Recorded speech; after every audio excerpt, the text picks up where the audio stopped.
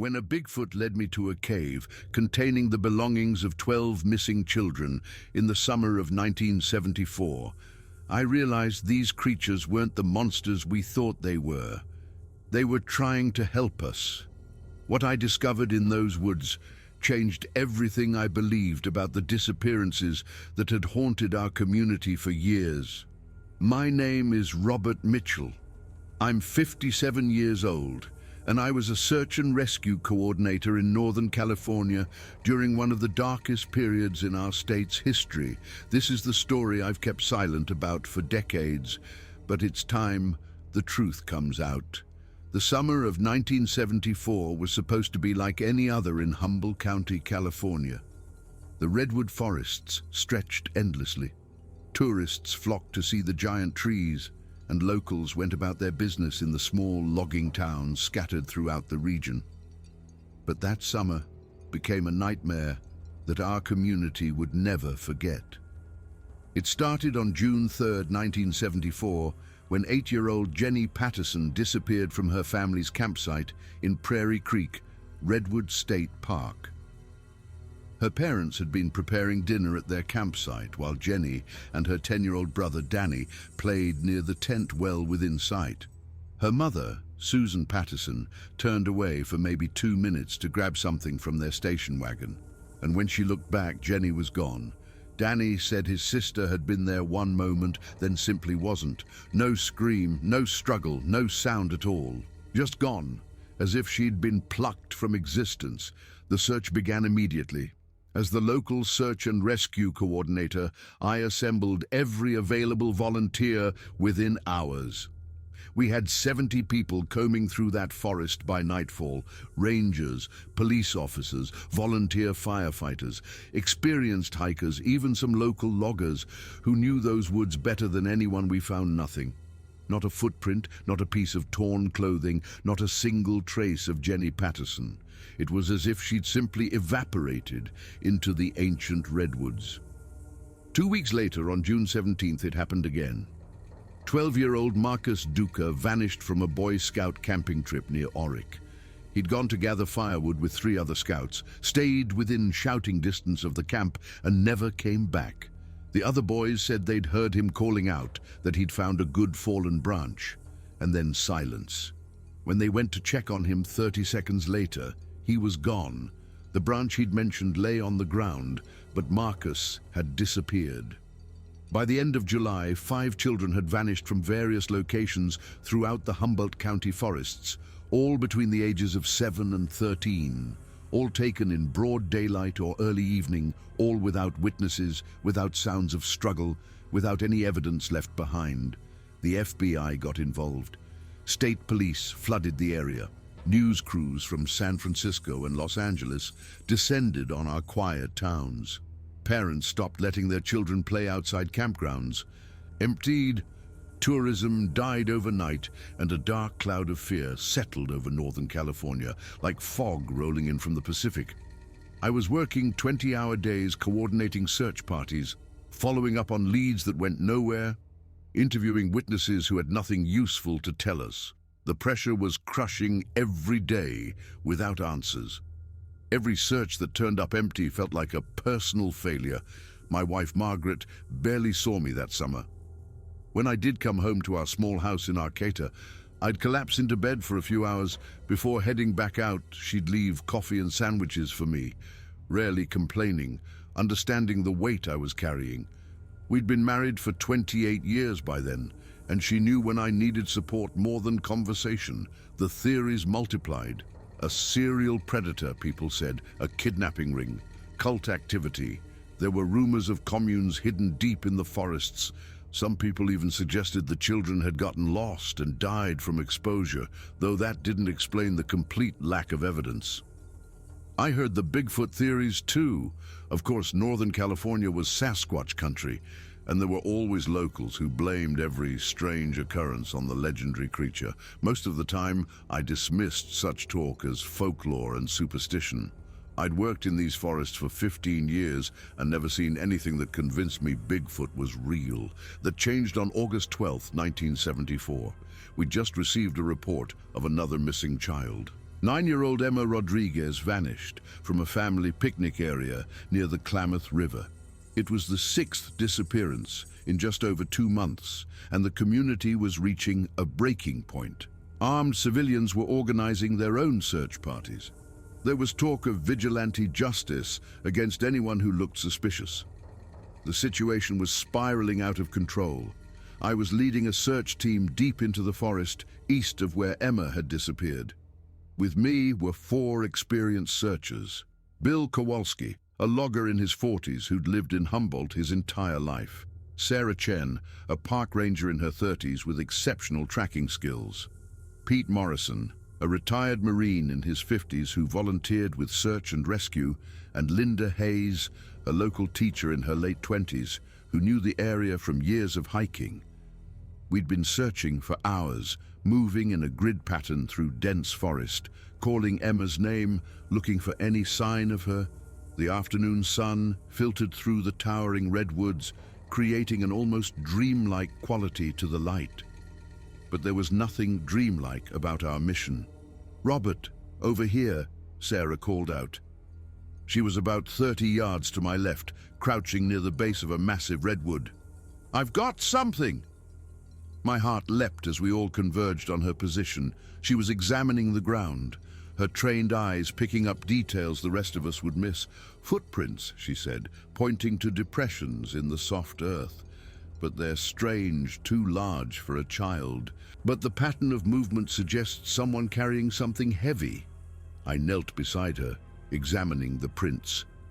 They were indeed unusual, broader than normal human prints and deeper on one side, as if whoever made them was carrying weight unevenly. They led deeper into the forest, away from any established trails. "Could be our guy," Pete said grimly, his hand moving instinctively toward the hunting knife on his belt. "Could be carrying Emma." "We follow carefully," I said, pulling out my radio. "Bill, call this into base, give them our coordinates, tell them we're tracking what might be a lead, but we need backup." Bill pulled out his walkie-talkie while the rest of us began following the trail. The prints led us through increasingly dense undergrowth into a part of the forest that clearly saw little human traffic. The canopy above grew thicker, reducing the sunlight to a dim green glow. We walked for maybe 20 minutes, moving slowly, carefully, trying to stay quiet while still calling Emma's name periodically. The prints continued, consistent in their direction, leading us deeper and deeper into the wilderness. Then Sarah stopped suddenly, holding up her hand for silence. We all froze. "Listen," she whispered. At first I heard nothing but the usual forest sounds, birds, the rustle of wind through branches, the distant sound of water. Then I heard it. A voice, a child's voice, faint but unmistakable, somewhere ahead of us. "Emma," I called out. "Emma Rodriguez, can you hear me?" The voice stopped, then came again, clearer this time. "Help! Someone help!" We moved faster now, caution giving way to urgency. The voice was coming from somewhere ahead, beyond a thick stand of ferns and berry bushes. We pushed through branches scratching at our faces and arms, and then we burst into a small clearing, and what we saw made us all stop dead in our tracks. Emma Rodriguez sat against the trunk of a fallen redwood, her clothes dirty and torn, her face streaked with tears, but she was alive. She was conscious, she was okay. But that wasn't what made us freeze. What made us freeze was what was standing between us and Emma. It was easily 8 feet tall, covered in dark reddish-brown hair that seemed to absorb the dim forest light, massive shoulders, arms that hung to its knees, a face that was simultaneously human and utterly alien. Its eyes, dark, intelligent eyes, fixed on us with an expression I couldn't quite read. A Bigfoot, an actual, real, undeniable Bigfoot, Linda gasped. Pete swore and reached for his knife. Bill dropped his radio. Sarah stood perfectly still, her training as a park ranger keeping her calm even in the face of the impossible. The creature made a sound, low, resonant, like nothing I'd ever heard before. Not quite a growl, not quite a vocalization, but something that carried both warning and something else. Urgency. "Don't move," I said quietly to my team. "Nobody make any sudden movements." The Bigfoot looked at Emma, then back at us. It took a step backward away from the child, its body language reading as protective. It had been standing between Emma and the direction we'd come from, as if guarding her. "Emma, honey," I called out, keeping my voice calm and steady. "Are you hurt? Can you walk?" "I'm okay," she said, her voice shaking. "I'm scared, but I'm okay. He didn't hurt me. He brought me here. He kept me safe." The Bigfoot made another sound, softer this time. It looked at Emma with what I could only describe as concern, then looked back at us. It took another step backward, then another, moving toward the edge of the clearing, and then it did something that changed everything. It raised one massive arm and pointed not at us, not at Emma, but toward a direction deeper in the forest. It pointed with clear intention, with purpose, then made that urgent sound again. "What?" Sarah whispered. "Is it trying to tell us something?" The creature pointed again, more emphatically. Then it looked directly at me, and I felt the weight of intelligence behind those eyes, the unmistakable presence of a thinking, reasoning being. It wanted me to understand something. It was trying to communicate. I took a step forward, and the Bigfoot didn't retreat. "You want us to follow?" I asked, feeling foolish talking to what everyone said was just a legend, but unable to deny what my eyes were seeing. "You want to show us something?" The creature made that soft sound again, and somehow I knew it was affirmation. "Yes, follow me. I have something to show you." "Robert, what are you doing?" Pete hissed. "We need to get Emma out of here." "Sarah," I said, not taking my eyes off the Bigfoot. "Take Emma, get her back to the search base. Call for medical. Tell them we found her alive and unharmed." "Robert, you can't be serious about," Sarah started. "That's an order," I interrupted. "Take Emma. Take Bill and Linda with you. Pete and I are going to see what it wants to show us." The Bigfoot watched this exchange, seeming to understand that a decision was being made. When Sarah slowly approached Emma, the creature moved aside, allowing her clear access to the child. It was cooperating. It was helping. After some protest and a lot of concern, Sarah led Emma away with Bill and Linda, flanking them for protection. I watched them disappear back through the undergrowth, then turned to Pete. "You didn't have to stay," I said. "Someone's got to make sure you don't get yourself killed," Pete replied, though his hand never left his knife. "Whatever that thing is, I don't trust it." I looked back at the Bigfoot. It was waiting, watching us with those intelligent eyes. When it saw it had our attention, it turned and began walking deeper into the forest, looking back to make sure we were following. And so we followed a 57-year-old search and rescue coordinator and a retired Marine, walking into the unknown behind a creature that wasn't supposed to exist. Neither of us could have imagined what we were about to discover. We followed the Bigfoot for almost 40 minutes through terrain that grew increasingly difficult.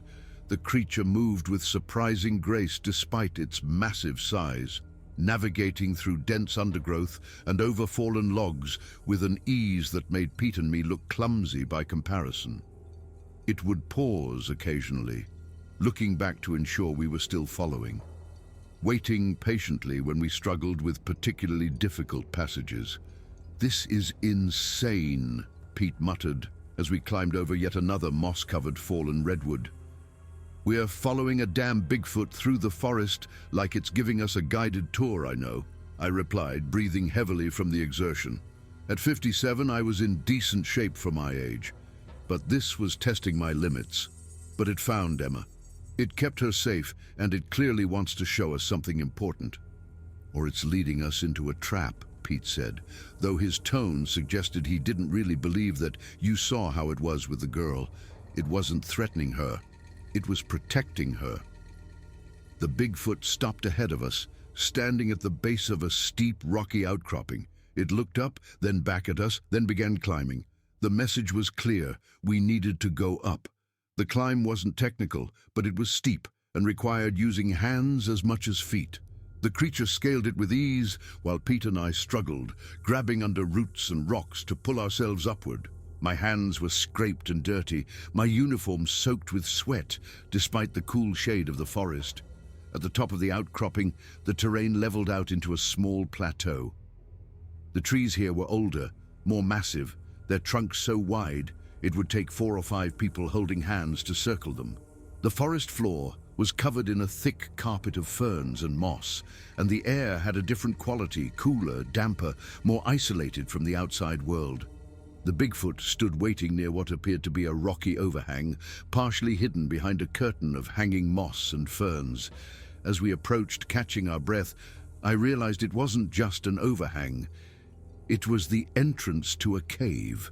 Cleverly concealed by nature, the creature made that soft, urgent sound again and pointed at the cave entrance. Then it did something that surprised me. It sat down right there on the ground and gestured for us to go ahead. It wasn't going to enter. It was letting us go in alone, Robert, Pete said quietly, his voice tense. I don't like this, I know, but we've come this far. I pulled my flashlight from my belt. Standard equipment for search and rescue. Pete did the same. Stay alert. If anything feels wrong, we back out immediately. We approached the cave entrance slowly. The opening was about 6 feet high and maybe 4 feet wide, easily large enough for a person to walk through upright. The Bigfoot watched us, but made no move to follow, simply sitting there like a patient sentinel. I clicked on my flashlight and stepped inside. The cave was larger than I expected. The entrance tunnel extended back maybe 15 feet before opening into a chamber roughly 20 feet across. The ceiling was high enough that I could stand comfortably. The walls were dry limestone, and the floor was relatively flat, covered in sand and small rocks. But what made my blood run cold were the objects scattered throughout the chamber. A small red backpack with cartoon characters on it. A child's sneaker, a baseball cap with the San Francisco Giants logo, a doll with blonde hair, a blue jacket, a stuffed teddy bear, a Boy Scout handbook, a pink hairbrush, a transistor radio, more shoes, more clothing, more toys. Jesus Christ, Pete whispered behind me. I moved deeper into the cave, my flashlight beam illuminating more and more items. They were arranged almost carefully, placed against the walls and on natural stone shelves, not scattered randomly, but organized, protected. These are from the missing children, I said, my voice hollow. All of them. I recognized Jenny Patterson's backpack immediately. Her parents had described it in detail during the initial search. The Boy Scout handbook had Marcus Duca's name written inside the cover. The pink jacket belonged to 7-year-old Amy Nakamura, who disappeared in late June. Each item represented one of the missing children. But there was more. As I explored the cave more thoroughly, I found items that were older, more weathered. A child's shoe from what looked like the 1960s based on the style. A faded stuffed animal. A girl's dress that looked like it was from the 1950s. Maybe earlier, a small metal lunchbox with rust spots and barely visible cartoon characters. These go back decades, I said, running my flashlight over the older items, Robert. There are things here from way before this summer. Way before. The implications hit me like a physical blow. Children had been disappearing in these forests for years, maybe decades, and no one had connected them. Small communities, different jurisdictions, events spread out over time. A child vanishing here, another one there years apart. Each one a tragedy for a family, but never seen as part of a pattern until now. Until this summer, when 6 had disappeared in rapid succession, finally making the pattern impossible to ignore. But where are the children?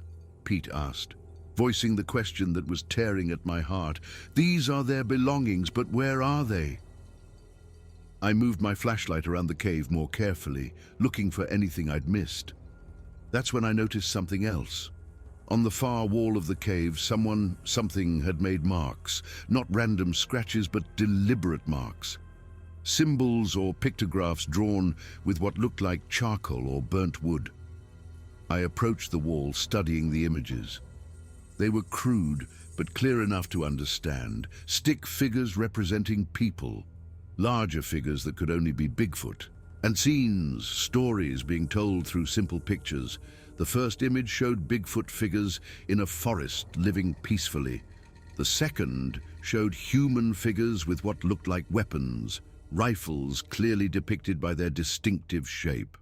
The third showed Bigfoot figures falling, dying, a massacre. The images continued telling a story of Bigfoot being hunted, killed, driven from their territories. Then the images changed. They showed something different. Human children, small figures clearly meant to represent kids, and dark, threatening human figures, adults with weapons, the children running, hiding, and Bigfoot figures finding them, protecting them. "Oh my God," I breathed. "They've been trying to save them. The Bigfoot have been trying to save the children." "Save them from what?" Pete asked. I moved my flashlight to the next series of images, and my blood turned to ice. The dark human figures were shown taking children, carrying them away.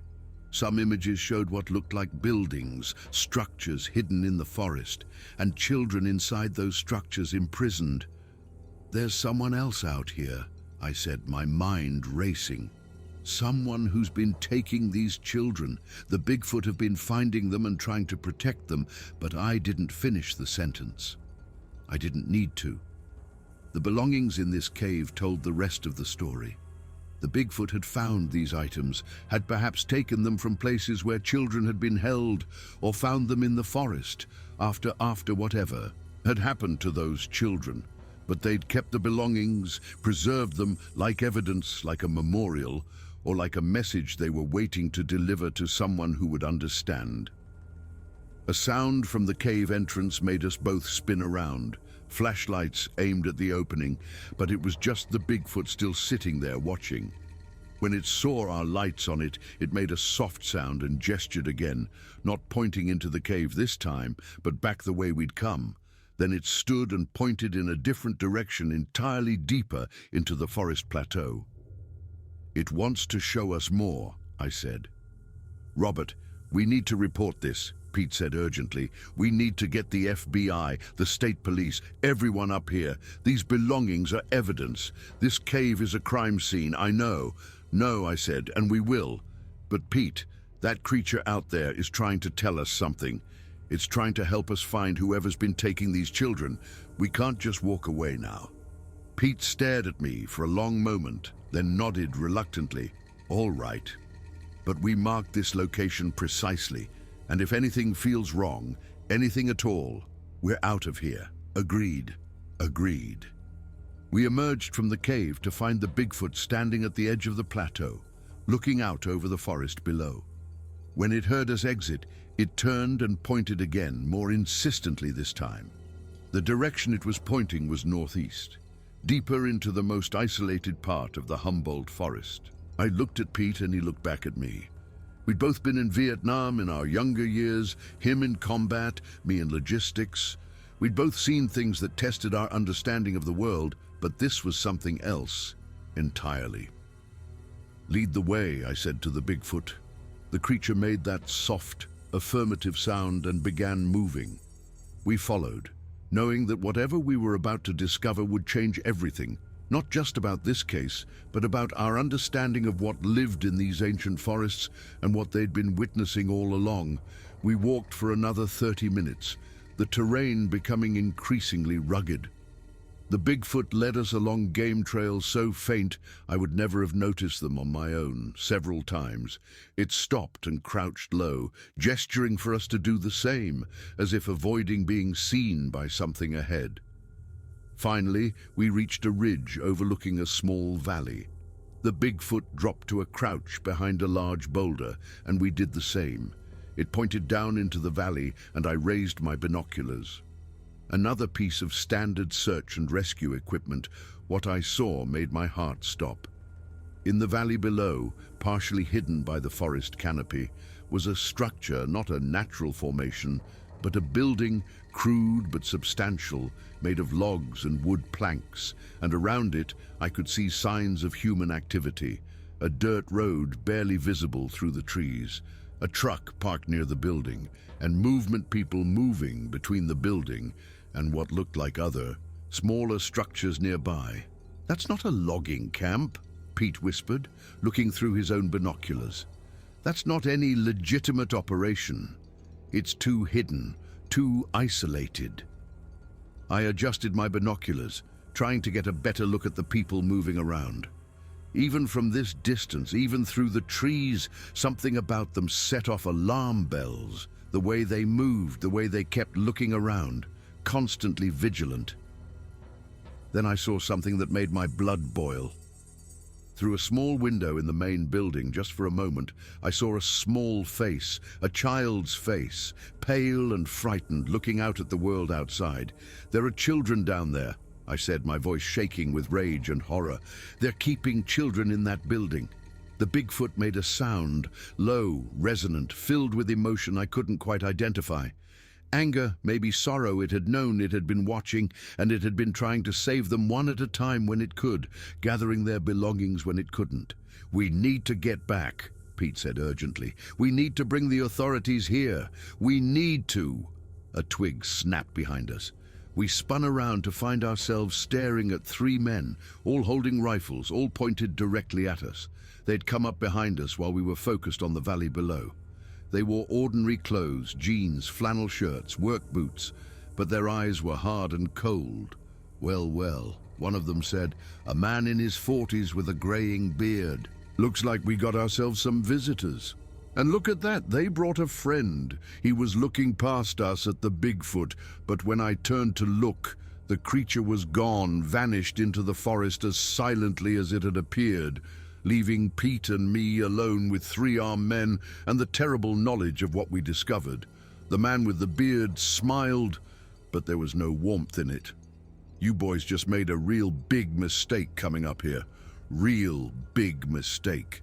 And as they gestured with their rifles for us to stand up, I realized that our search for the missing children had just taken a turn. Neither of us had anticipated we'd found them, but now we might become missing ourselves. The three men marched us down from the ridge at gunpoint, forcing us along a narrow trail that led toward the valley below. My mind was racing, trying to figure out what we'd stumbled into, who these people were, and most importantly, how Pete and I were going to get out of this alive. "Keep moving," the bearded man growled, jabbing his rifle barrel into my back. "And don't try anything stupid. We've been doing this a long time, and we know how to handle problems." "Doing what exactly?" I asked, trying to keep my voice steady, despite the fear coursing through me. "Kidnapping children?" The man behind me, younger, maybe in his 30s with long dark hair, laughed bitterly. "Kidnapping? Man, you don't understand nothing. We're saving those kids." "Shut up, Eddie," the bearded man snapped. "Don't tell them nothing." But Eddie seemed eager to talk, maybe trying to justify what they were doing. "You know how many kids get abused out there? How many get beaten, neglected, thrown away by parents who don't give a damn? We take the ones nobody wants, the ones who are better off with us, better off imprisoned in the forest." Pete shot back his military training, keeping him calmer than I felt, better off away from their families. Their families. The third man spoke for the first time. Older than the others, maybe in his 60s. Half these kids don't have real families, foster homes, group homes, parents on drugs. We give them structure, purpose, a real home. As we descended into the valley, I began to understand the horrifying logic of what we were dealing with. This wasn't a typical kidnapping operation motivated by ransom or trafficking. This was something else. A twisted belief system that had convinced these men they were rescuing children by taking them. "How long?" I asked. "How long have you been doing this?" The bearded man, clearly the leader, remained silent for a moment. Then, perhaps deciding it didn't matter since they clearly didn't plan to let us leave, he spoke. My father started this place in 1952, built it as a sanctuary for kids who needed to escape the corruption of modern society. I grew up here, so did Eddie and Frank. We know what we're doing. We've saved dozens of children over the years. Saved, I repeated, the word tasting like poison. Is that what you call it when parents spend years searching, never knowing what happened to their children? When communities are torn apart by fear, those parents failed them, Frank, the older man said coldly. We don't fail them. Every child here is fed, educated, given work to do. They learn to live off the land, away from the poison of television and cities, and all the evil out there. We reached the valley floor and approached the main building I'd seen from the ridge. Up close, it was larger than I'd thought. A two-story log structure with small windows and a solid door. Other smaller buildings surrounded it, what looked like a workshop, a storage shed, and two smaller cabins. How many children? Pete asked quietly. Enough, the leader said. And now we've got a problem you two know about us. Can't let that stand. He gestured to Eddie and Frank. Put them in the hold while we figure out what to do with them, and to send someone to check if that creature is still around. Damn thing's been watching us for weeks. Getting bold. You know about the Bigfoot, I said. It wasn't a question. The leader looked at me with something like respect in his eyes. Of course, we know. They've been in these forests longer than we have. Usually keep to themselves, but lately, one of them's been interfering, took Emma Rodriguez right out of the transport vehicle last week when Eddie was bringing her in. Had to track her for days before we could get her back, but that creature got to her first. It was protecting her, I said, trying to save her from you. It was interfering with our work, and the leader corrected. But it's just an animal, smart, sure, but just an animal. It'll get bored and leave us alone eventually. They shoved Pete and me toward a small structure, separate from the main building, what they'd called the Halt. It was basically a reinforced shed with a heavy door and no windows. Eddie unlocked it and pushed us inside. Don't bother yelling, he said. Ain't nobody out here to hear you. We're 10 miles from the nearest logging road and nobody comes up here ever. The door slammed shut and we heard the heavy sound of a lock clicking into place. Darkness surrounded us, broken only by thin strips of light coming through gaps in the wallboards. Well, Pete said after a moment, this is bad. Yeah, I agreed, feeling along the walls to get a sense of our prison. The structure was maybe 8 feet by 8 feet, with a dirt floor and solid log walls. No obvious weak points. Any ideas? In Vietnam, I once escaped from a VC holding cell by Pete. Started but stopped. Actually, that won't work here. Different construction. We spent the next several minutes examining every inch of the structure, looking for any weakness we could exploit. The logs were solid and tightly fitted. The door was reinforced with metal bands. The roof was made of thick planks that didn't budge when we pushed on them.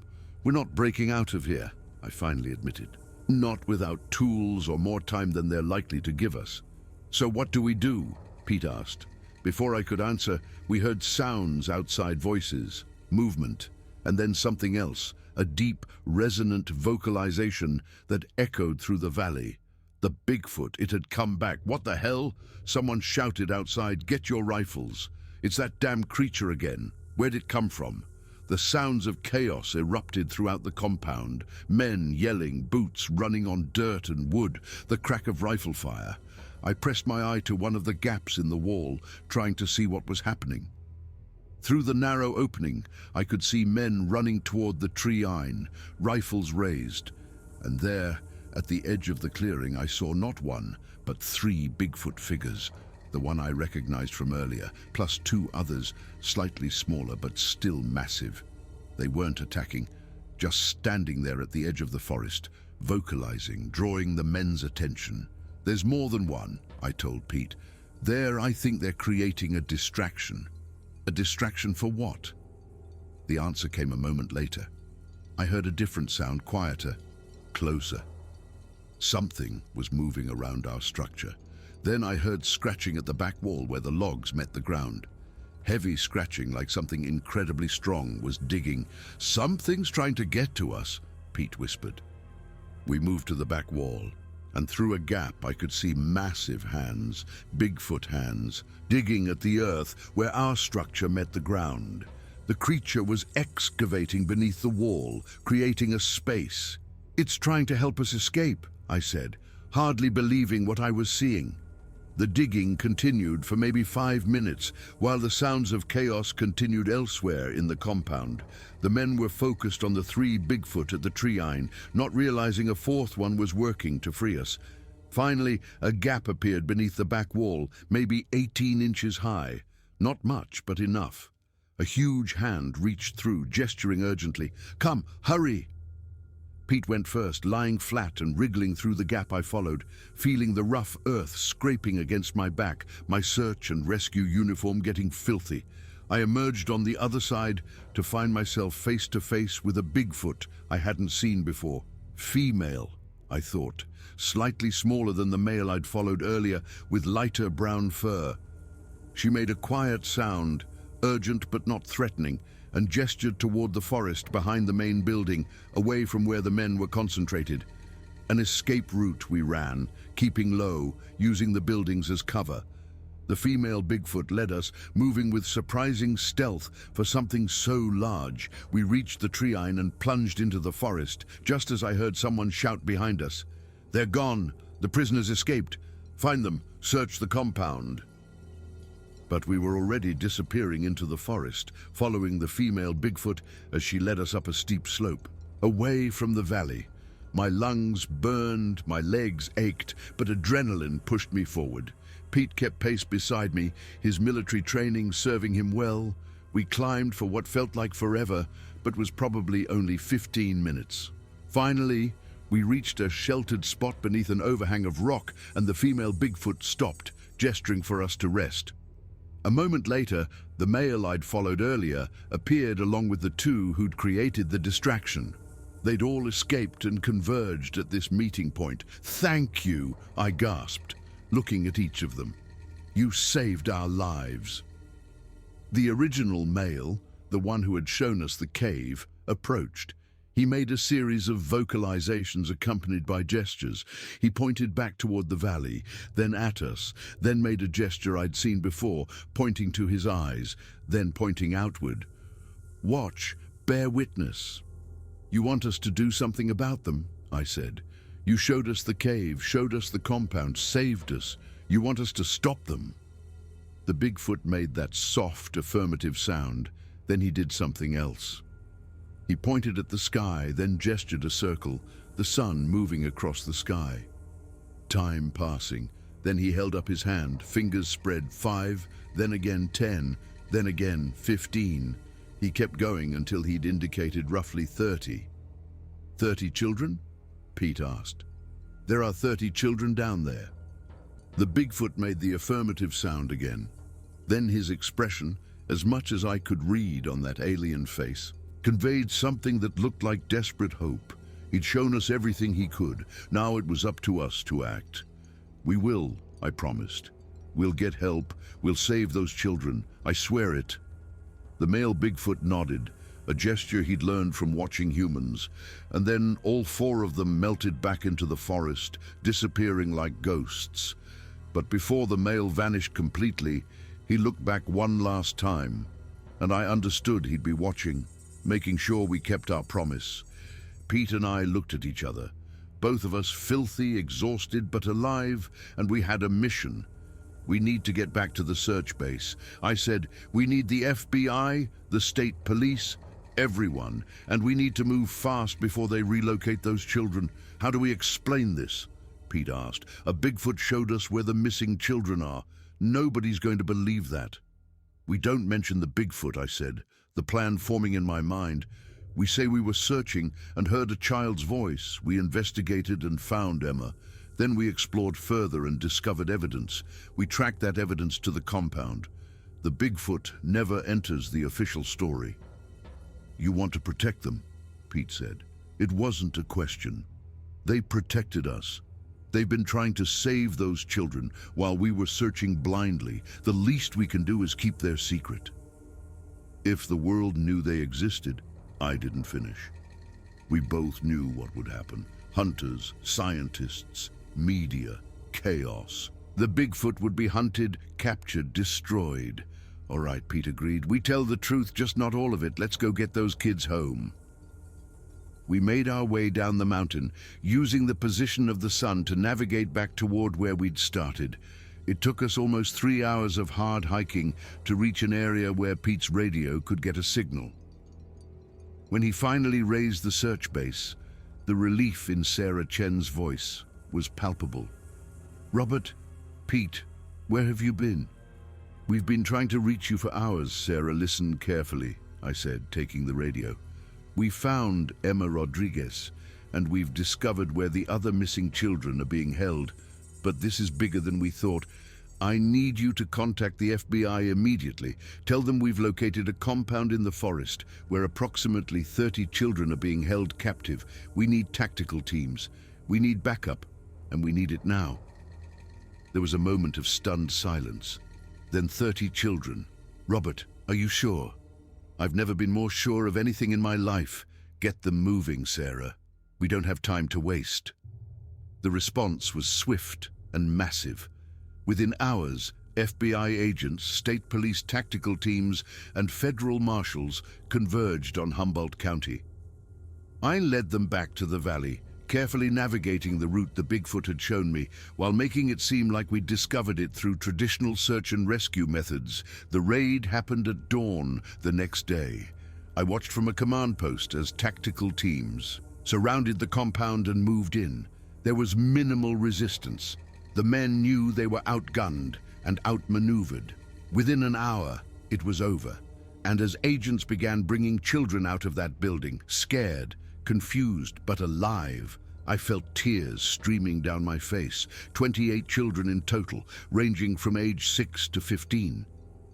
Some had been there for months, some for years. All of them were finally going home. Among them, I saw Jenny Patterson, Marcus Duca, Amy Nakamura, and the other children who disappeared that terrible summer alive, safe, saved. I watched the reunions happening around me, parents embracing children they'd thought they'd never see again. I looked up at the forests surrounding the valley, and there, barely visible in the shadows between the trees, I saw a familiar, massive silhouette watching. I raised my hand in a small wave, a gesture of thanks, a promise kept. The figure raised its own hand in return, and then it was gone, fading back into the forest that was its home. The newspapers would call it the Redwood Rescue, the biggest child recovery operation in California history. The men were convicted and sentenced to life in prison. The children began the long process of healing and returning to their families, and I kept the secret, the true story of how we found them. Because some things are more important than fame or recognition. Some promises must be kept even when no one else knows they were made. The Bigfoot of Humboldt County had shown me where the missing children were. And in doing so, they'd shown me something else, that monsters don't always look like monsters, and heroes don't always look like heroes. Sometimes the real monsters wear human faces, and sometimes salvation comes from the shadows of the forest, from creatures we thought existed only in legends. When the FBI called me in 3 weeks after the Redwood rescue, I thought it was just a finalized paperwork. I was wrong. What they showed me proved that the nightmare wasn't over. Someone was hunting the Bigfoot, and the children might still be in danger. After the raid, Humboldt County breathed again. Schools reopened, campsites filled, tourists returned, though never quite with the same innocence. I went back to my routines. Morning coffee with Margaret, long days cataloging search logs, coordinating future training. On the surface, life resumed, but inside I wasn't sleeping. I'd lie awake thinking about those gentle giants hiding in the trees, wondering if I'd ever see them again. One morning, a black government sedan rolled into my driveway. Two men stepped out, one FBI agent I recognized from the raid, Agent Fletcher, and another man I didn't know, gray suit, pale eyes, thin hands, the type who never introduced himself because his badge did all the talking. "Mr. Mitchell," Fletcher said, "we need you at the temporary field office in Eureka. There is new intelligence regarding the compound." I felt my stomach turn. "The children, are they okay?" "They're safe," Fletcher assured. "This is about something else." Margaret squeezed my arm as I grabbed my coat. "Come home soon," she whispered, though her eyes said she knew I might not. The field office was set up in an old, post-war municipal building. Brick walls, humming fluorescents. Inside, maps of the redwood forests were pinned across corkboards marked with new clusters of red circles. Dozens of them, the grey-suited man motioned me into a conference room and closed the door. "Mr. Mitchell," he began, "first, congratulations. Without your efforts, those children would still be in captivity." "I didn't do it alone," I said quietly. He tilted his head slightly. "Yes, we read your statement. Very concise." He slid a folder across the table. "However, there are inconsistencies." I opened it. Inside were black and white photographs, grainy, taken from a distance but unmistakable. A massive silhouette striding between two redwoods. Another bending near the cave entrance I'd visited. A third, larger still, standing in the fog near the old search grid. "Were you aware," the greyman said, "that sightings spiked during your operation?" I kept my expression plain. "There are always stories about Bigfoot in Humboldt, especially during stress." He didn't buy it. "Tracks were found near the cave, enormous tracks, yet none appear in your report." My pulse hammered. I controlled my breathing then. Whoever made those reports should file independently. I only reported what I saw. The grey-suited man folded his hands. "We both know that's not true." Silence filled the room, thick, oppressive. Then he dropped the real reason they had called me in 2 nights ago. The compound ruins were burned. He slid another photograph forward. Charred beams, blackened ash, smoke still curling. "No agency authorized that operation," he said. "Someone returned to erase evidence and the tracks around the site." He paused. "Weren't all human." My throat went dry. "What do you mean they weren't all human?" I asked. Agent Fletcher stepped forward and laid another photo on the table. This one showing a footprint in wet ash, easily 16 inches long, wide, deep, the edges glowing faint beneath a measuring ruler. I knew that print. I'd seen it in the forest when Emma was found. "The tracks led away from the compound ruins," Fletcher said. "Multiple sets, some large, some smaller, a family. The same family that saved us." I felt a strange mix inside, relief they had survived and dread for what might come next. The grey-suited man continued, "We believe someone came to destroy evidence and encountered these creatures. There were bullet casings, blood traces. Not human." My chest tightened. "How much blood?" "Enough to suggest injury," he said calmly. "Not enough to suggest death." I exhaled slowly. "Thank God." Fletcher leaned in. "You were the last recorded contact with these beings. We need to understand your interactions. Everything, not just what you put in your statement." I stared at him, weighing every thought. If I told the full truth about the cave, the symbols, the rescue, those creatures would be hunted, studied, caged, dissected. That wasn't going to happen. "I told you everything," I said quietly. "We tracked the kids. We found the cave. We followed sign to the valley, that's all." The grey-suited man studied my face for a long moment. His eyes were sharp, scalpel sharp, searching for weakness. "You're protecting them," he said. Finally, I didn't respond. "You should know," he continued. "Not everyone in this building is interested in preserving wildlife." My jaw clenched. "What are you saying?" He slid a final file across the table. Thin, light, that almost made it worse.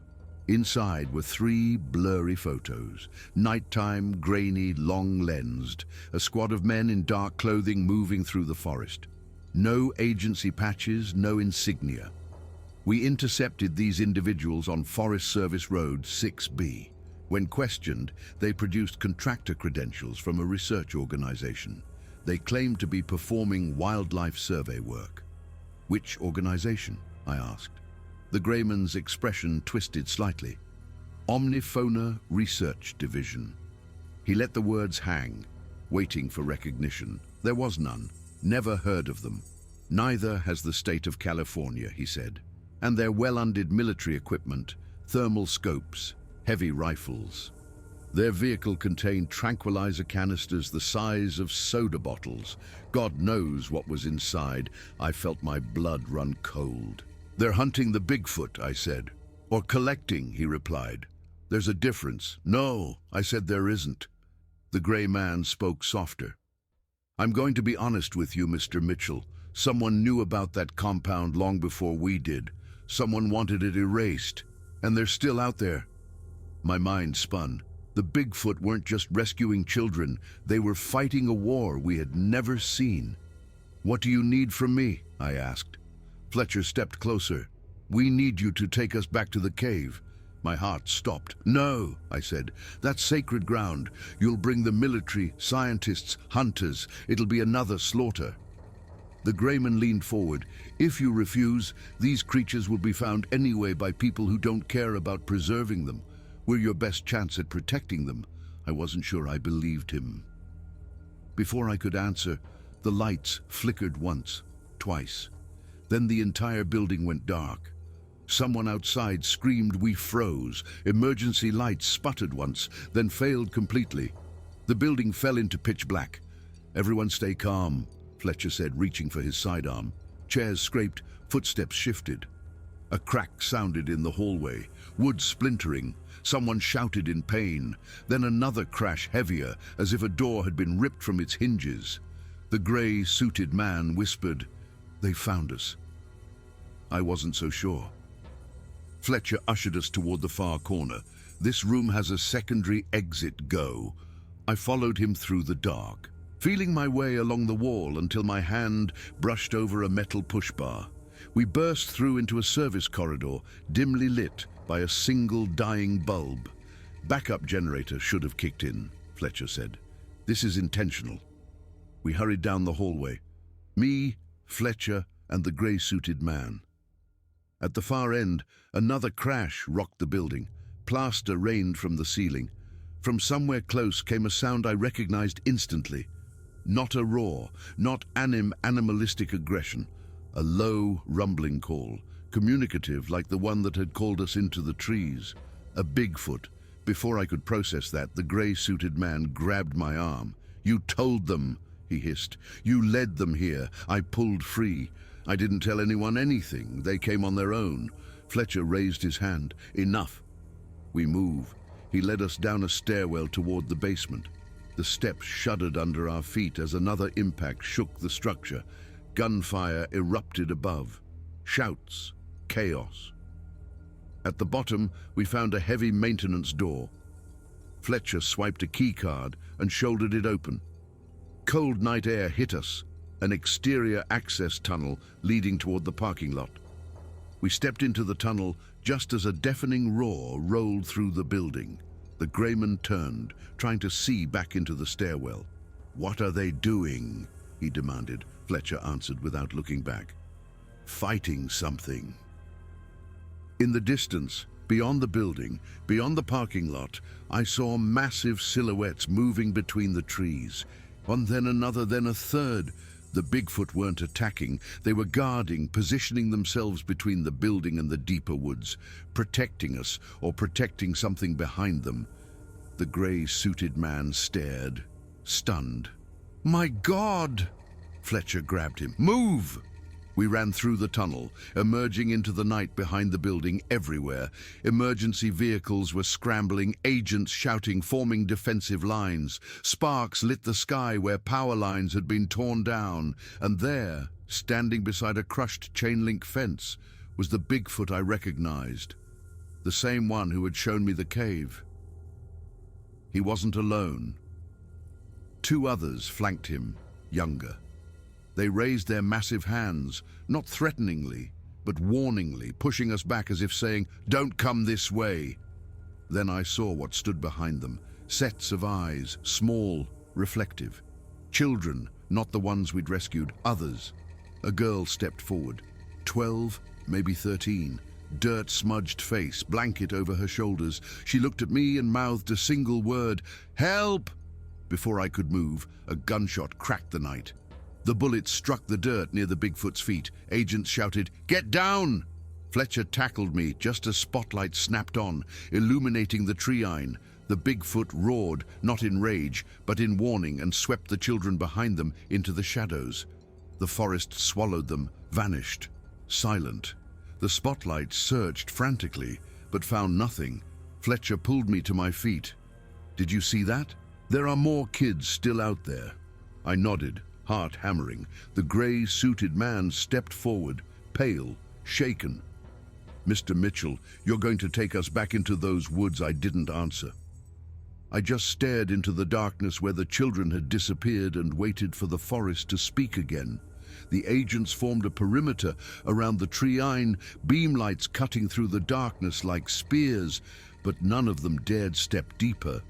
The woods swallowed sound, movement, even courage. The children and the Bigfoot were gone, as though they'd never been there at all. Fletcher turned to me, voice sharp. "Mitchell, if there are more children out there, we're going back in now." "No," I said firmly. "Not with half the FBI stomping through these woods like cattle. You'll scare them deeper and you'll never find them." The grey-suited man stepped closer, his patience thin. "You're the only one they've trusted. You're going to take us in tonight." I shook my head. "If I bring a task force with rifles and radios, those children go deeper and we'll never see them again." He stared at me, eyes cold. "Then what's your proposal?" I swallowed. "I'll go alone." Fletcher blinked. "You're out of your mind. I'm the only one they recognize. If the Bigfoot brought them out, they didn't do it to threaten us. They did it to warn us. They want help, but only from someone they trust." The greyman studied my face, then turned to Fletcher. "Give him an hour. If he's not back, we pursue." Fletcher nodded reluctantly. I stepped toward the tree-line. Before entering, I glanced back. "Tell your people not to follow. They'll hear me if I'm lying." And then I crossed into the woods. The forest swallowed the noise of the camp instantly. Only the whisper of night wind through redwood boughs remained. I moved slowly. Flashlighted, I didn't call out. The Bigfoot hated shouting. Instead, I tapped my open hand against my chest twice. The gesture I'd seen them use. Minutes passed. The deeper I went, the more memory guided me. The old ridge path, the rotted log with 3 deep grooves, the fern wall that hid a narrow cut of deer trail. The forest was a labyrinth, but I'd walked it before with them. Half an hour in, a soft rustle sounded to my left. I froze. A familiar silhouette stepped between the trees, massive, calm, watching the male Bigfoot, the one who had first shown me the cave. He approached slowly, his steps silent despite his weight. Then he lifted his hand, not pointing but beckoning. "Oh, welcome. I came alone," I whispered. "You showed me there are more children. I want to help." He bowed his head once, then turned and motioned for me to follow. We moved deeper over moss-slicked logs, across narrow creeks, through darkness so complete it felt physical. Yet he moved confidently, and I stayed close. Soon I saw faint shapes between the trees. Children, some sat, others stood close together. Blankets were wrapped around them, likely carried there by the Bigfoot. Their faces were scared, but when they saw me, relief flickered.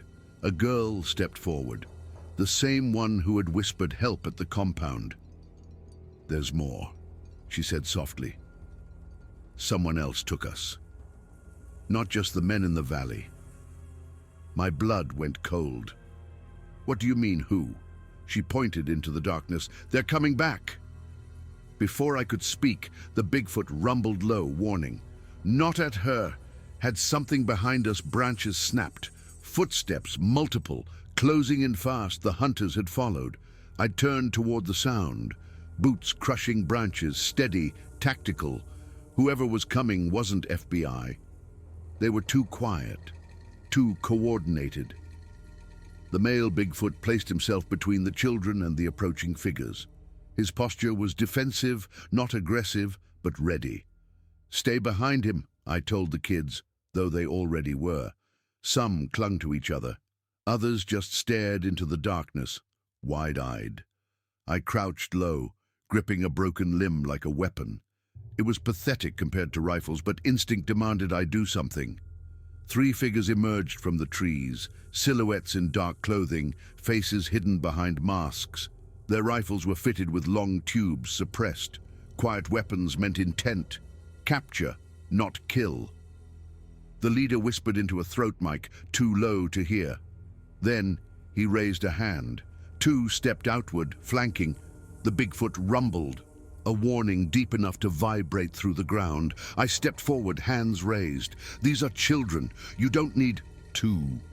A tranquilizer dart hissed through the air. It hit the Bigfoot in the shoulder. He staggered, but only slightly. He reached up, snapped the dart stem, and threw it to the dirt. The leader froze. They'd expected him to fall. They had underestimated him. He let out a low roar, not deafening but controlled, and from the dark behind us, movement rippled. 2 more Bigfoot arrived. 1 female, 1 taller than any I'd seen. The 3 formed a barrier, bodies like living walls, shielding the children. The masked men hesitated. Then the leader made a mistake. He fired again. 2 more darts. The tall Bigfoot swatted one out of the air. The second hit thigh, but he didn't falter. The leader barked in order. His men raised rifles to full auto tranquilizer fire. "Stop!" I shouted. "You'll hit the kids." Before the order completed, the forest changed. A massive shape dropped from a thick bough above another Bigfoot, landing directly behind one of the flanking hunters. The impact knocked the man forward, his rifle flying. Before he could scream, the Bigfoot gently but swiftly pushed him aside, leaving him unconscious but alive. No killing, just neutralizing. The other flanker panicked, firing wildly. The darts flew wide into the trees. The male Bigfoot charged not to maul but to disarm. He moved so fast he was a blur, covering 10 yards in a heartbeat. He grabbed the rifle's barrel, twisted, and snapped it clean in 2. Then with his other hand, he pushed the man backward, sending him sprawling into the brush. The leader stumbled, realizing he was alone. He bolted. The male Bigfoot didn't chase. He simply stood watch, chest heaving, massive frame still between us, and the danger silence returned, broken only by distant footsteps, fleeing into the night. I turned to the children. "You're safe. It's over." But the girl who had spoken earlier shook her head. "No, there's someone else," she whispered. "They're after them too, not just us." I knelt in front of her. "Who?" She swallowed hard.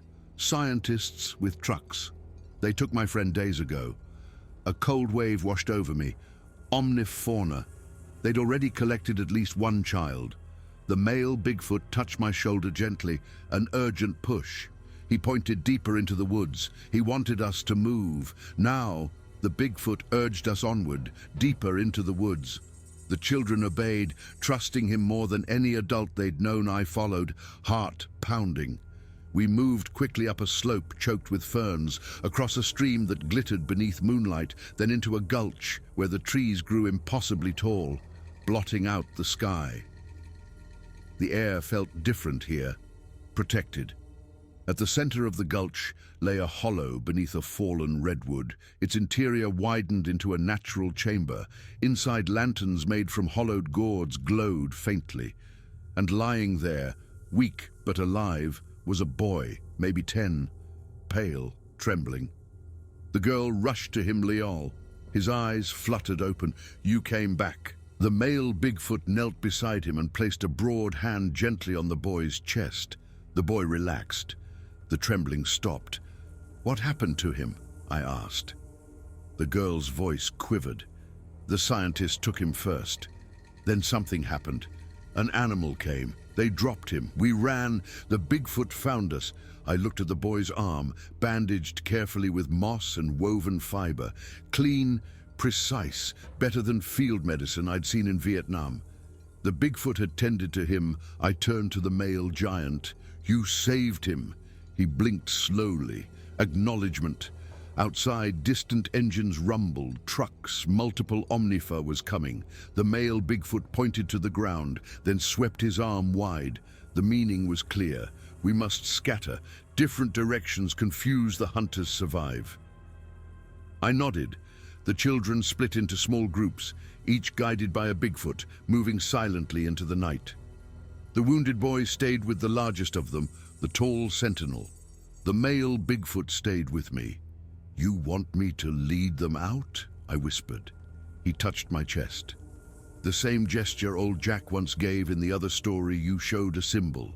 You carry this truth. You carry them." He motioned toward a narrow path. I understood. I guided my group, 4 children, down the trail behind us. The Bigfoot's footfalls were silent. We hiked for over an hour, following stream beds and slopes that would foil tracking dogs and thermal scopes. The male never rushed us, but he never let us slow down. At last, the trees thinned. A fire road lay ahead. I turned to thank him, but he was already stepping back into the forest. A small girl hugged his leg. "Don't go." He lowered his head, brushing her hair gently. Then he pulled away reluctantly. His rumble echoed through the redwoods. A goodbye, a promise. Red and blue lights flickered down the road. FBI, sheriff, rescue vehicles. Agents rushed toward us, shouting with relief. I turned back toward the trees. The male Bigfoot was gone. Only silence remained. Hours later, all the children were accounted for, including Lyle, who survived. Omnifa never surfaced publicly. The masked men vanished. Any evidence we found was quietly swept away. Though official story would remain simple, the children escaped into the forest. Search and rescue teams found them. Case closed. But the truth lived elsewhere. Weeks later, I returned alone to the gulch. At the fallen redwood, I left a gift, 3 apples, just like old Jack had taught. The next morning they were gone. In their place lay a single object, a small stone etched with a symbol, a circle surrounded by 5 tall shapes, a family still watching, still protecting. I never saw the Bigfoot again, but every so often, on quiet mornings, I would hike into the redwoods, and sometimes when the fog pulled low, I felt eyes on me. Not threatening, not hunting, just making sure I was still keeping my promise. And I always did, because I learned in that summer of 1974 that monsters don't live in the forest. We do. And the guardians of those woods still walk among the trees, silent, gentle, enduring, waiting for the day we might finally deserve them.